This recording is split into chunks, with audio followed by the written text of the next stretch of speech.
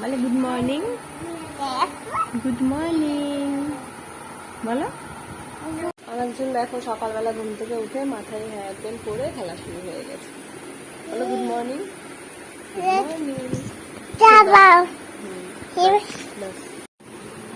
তোমাদের বাড়িতে এরকম পাকা বুড়ি কটা আছে দেখো। ও চার্জে বসাচ্ছে। বসাও বসাও, কিন্তু পারছি না।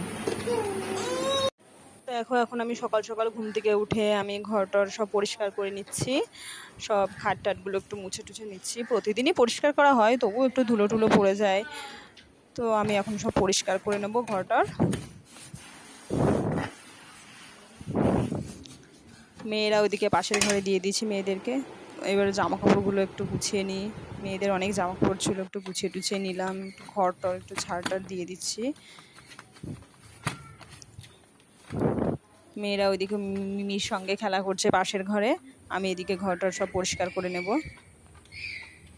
তো দেখো আমার ঘর এখন পুরো একদম গুছিয়ে গাছিয়ে একদম কমপ্লিট করে ফেলেছি।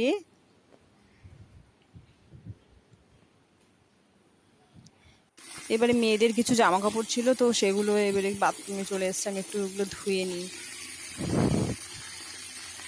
এবারে ওদেরকে একটু সকালে একটু দুধ ভাত খাইয়ে দিচ্ছি, ওদের খিদে পেয়ে গেছে।